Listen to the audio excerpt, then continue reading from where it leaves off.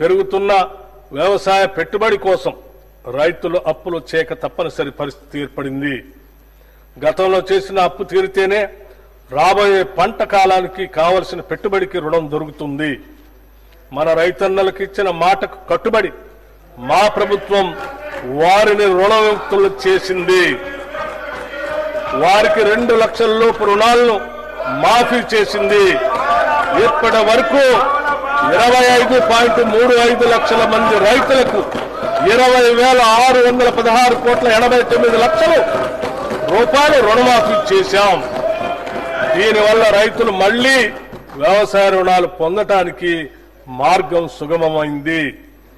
ఈ భారీ రుణమాఫీతో తెలంగాణ రాష్ట్రంలోని రైతుల ఆర్థిక మరియు సామాజిక స్థితిగతులు మెరుగుపరిచేందుకు బాటలు వేశాం.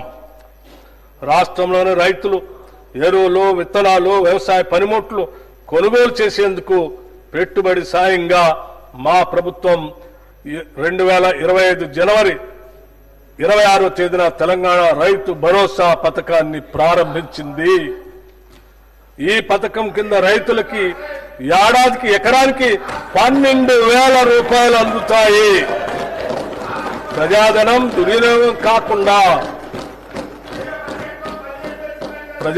దుర్వినియోగం కాకుండా అవకతవకలకు అడ్డుకట్ట వేసి సాగుకు యోగ్యమైన భూములన్నింటికీ రైతు భరోసా అందిస్తున్నాం. క్షేత్రస్థాయిలో సర్వే చేసి గ్రామ సభల్లో ధృవీకరించి సాగుకు యోగ్యం కాని భూమిని గుర్తించడం ద్వారా ఈ వృధాన్ని అరికట్టాము. రైతు భరోసా పథకానికి 18,000 కోట్ల రూపాయలు ఈ బడ్జెట్ లో ప్రతిపాదిస్తున్నాము. భూమి లేని వ్యవసాయ కూలీలు ఉపాధి దొరకని రోజుల్లో పస్తులుండే దీనస్థితి నుండి వారిని కాపాడేందుకు ఇందిరమ్మ ఆత్మీయ భరోసా పథకాన్ని అమలు పరుస్తామని ఎన్నికల్లో చేసిన వాగ్దానానికి అనుగుణంగా సంవత్సరానికి ప్రతి వ్యవసాయ కూలీ కుటుంబానికి 12,000 రూపాయలు చెల్లించే బృహత్తర పథకాన్ని అమలు చేస్తున్నాం. రాష్ట్ర రైతుల నుండి కొనుగోలు చేసే సన్న ధాన్యానికి ప్రతి క్వింటాలకు 500 రూపాయల చొప్పున అదనపు ప్రోత్సాహాన్ని చెల్లిస్తున్నాం. దీనివల్ల రాష్ట్రంలో సన్న రకాల వరి సాగు గణనీయంగా పెరిగింది. గత ఖరీఫ్తో పోల్చినప్పుడు సన్న వడ్ల సాగు 25 లక్షల ఎకరాల నుండి 40 లక్షల ఎకరాలకు పెరిగింది. మా ప్రభుత్వం ఇస్తున్న బోనస్ మరియు ప్రతి చివర వడ్ల గింజ కూడా కొంటామని మేము చేసిన వాగ్దానమే దీనికి ప్రత్యక్ష కారణం. ఫలితంగా రైతులకు చక్కని గిట్టుబాటు ధర లభిస్తున్నది. ఖరీఫ్ సీజన్లో సన్న వడ్లు పండించిన రైతులకి 1,206 కోట్ల 44 లక్షల కోట్ల రూపాయల బోనస్ చెల్లించడం జరిగింది. రైతుల సౌకర్యార్థం 2024-25 ఖరీఫ్ సీజన్లో 8,332 ధాన్యం కొనుగోలు కేంద్రాలను ఏర్పాటు చేసి వారికి ఎటువంటి ఇబ్బందులు లేకుండా చేశాం. అకాల వర్షాల వల్ల ధాన్యం పాడవకుండా పండిన ధాన్యాన్ని రైతులు కొనుగోలు కేంద్రాలకు తీసుకువచ్చే సమయంలో ఎటువంటి నష్టం జరగకుండా గంటకు వాతావరణ సూచనలు అటు రైతులకు ఇటు కొనుగోలు కేంద్రాలకు తెలియజేస్తున్నాం. అధునాతన డ్రైయర్లు, ధాన్యం క్లీనర్లు, తగినన్ని టార్పాలిన్లను రైతులకు అందుబాటులో ఉంచడం జరిగింది.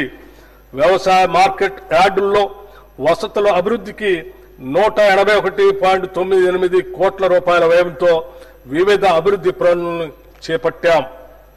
2024-25 ఖరీఫ్ సీజన్లో 10,35,484 మంది రైతుల నుండి ధాన్యం కొనుగోలు చేసి 12,511 కోట్ల 76 లక్షల రూపాయలు వారి ఖాతాల్లో జమ చేయటమైంది. కేంద్ర ప్రాయోజిత పథకాల ద్వారా రాష్ట్ర రైతుల ప్రయాణం కోసం అన్ని చర్యలు తీసుకుంటున్నాం. రాష్ట్రంలో ఆయిల్ పామ్ సాగును విస్తృతంగా చేపట్టాలన్న ప్రభుత్వ లక్ష్యంతో ప్రోత్సాహక సబ్సిడీని అందిస్తున్నాం. ఆయిల్ పామ్ దిగుమతులపై కస్టమ్స్ సుంకం లేని కారణంగా మన రైతులకు సరైన ధర లభించనందున కేంద్ర ప్రభుత్వంతో సంప్రదింపులు జరిపి ఆయిల్ పామ్ దిగుమతులపై కస్టమ్స్ సుంకం విధించేలాగా కృషి చేశాం. తద్వారా ఆయిల్ పామ్ రైతులకు టన్నుకి 2,000 రూపాయలు అదనపు లబ్ధి చేకూరి ఆయిల్ పామ్ సాగు మరింత లాభదాయకంగాను ఆకర్షణీయంగాను మారింది. ఉద్యానవన సాగులో బిందు సేద్యం కొరకు సౌర విద్యుత్తును ఉపయోగించే రైతులకు ప్రాధాన్యతనిచ్చి వారికి ప్రోత్సాహక సబ్సిడీని అందిస్తాం.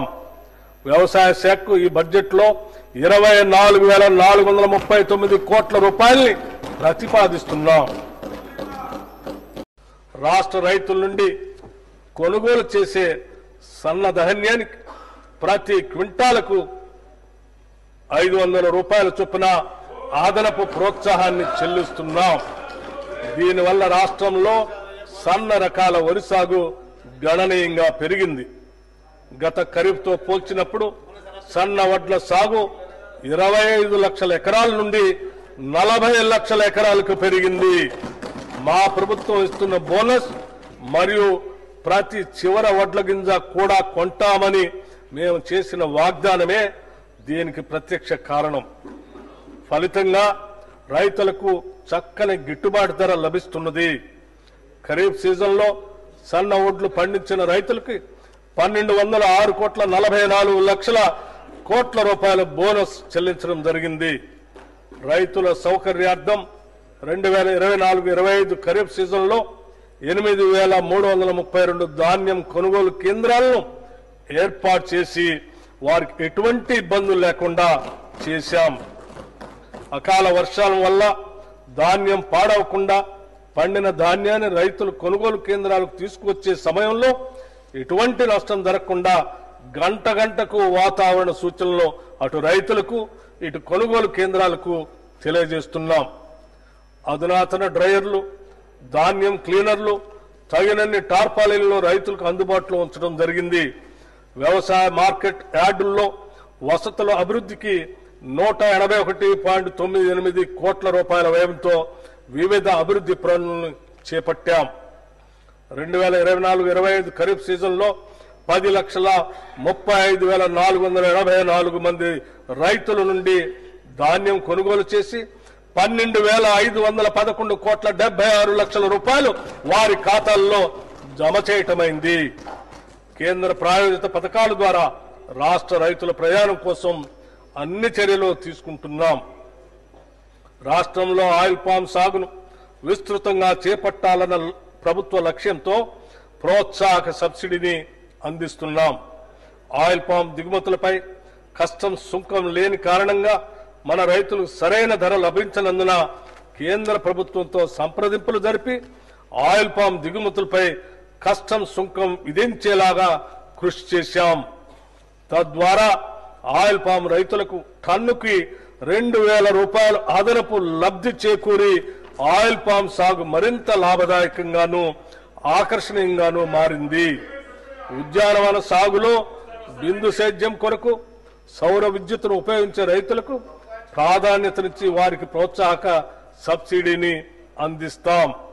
వ్యవసాయ శాఖకు ఈ బడ్జెట్లో 24,439 కోట్ల రూపాయల్ని ప్రతిపాదిస్తున్నాం. భూమి లేని వ్యవసాయ కూలీలు ఉపాధి దొరకని రోజుల్లో పస్తులుండే దీనస్థితి నుండి వారిని కాపాడేందుకు ఇందిరమ్మ ఆత్మీయ భరోసా పథకాన్ని అమలు పరుస్తామని ఎన్నికల్లో చేసిన వాగ్దానానికి అనుగుణంగా సంవత్సరానికి ప్రతి వ్యవసాయ కూలీ కుటుంబానికి 12,000 రూపాయలు చెల్లించే బృహత్తర పథకాన్ని అమలు చేస్తున్నాం. లౌకిక విలువలను స్ఫూర్తిగా నమ్మిన కాంగ్రెస్ ప్రభుత్వం కుల మత భేదం లేకుండా అన్ని సామాజిక వర్గాల అభ్యున్నతికి వనరులు పంపకం జరగాలని, తద్వారా సమాజంలో అసమానతలు లేని వ్యవస్థ స్థాపన లక్ష్యంగా ఈ బడ్జెట్ ని రూపొందించాం. 2025-26 బడ్జెట్ అంచనాలు 2025-26 ఆర్థిక సంవత్సరానికి మొత్తం వ్యయం 3,04,965 కోట్లు.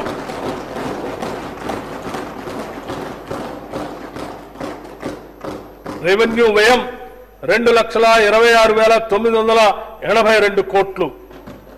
మూలధన వ్యయం 36,504 కోట్లుగా ప్రతిపాదిస్తున్నాను. 2025-26 సంవత్సరపు బడ్జెట్ ప్రతిపాదనలను పరిశీలన, చర్చ మరియు ఆమోదం కోసం ఈ సభకు సమర్పిస్తున్నాను. తెలంగాణను ప్రగతి బాటలో నడిపేందుకు మీ అందరి మద్దతును హృదయపూర్వకంగా ఆశిస్తున్నాను. జై హింద్, జై Telangana. The annual financial statement budget for the financial year 2025-26 is presented. The House is urgent to meet again at 10 a.m. on Friday, the 21st March 2025.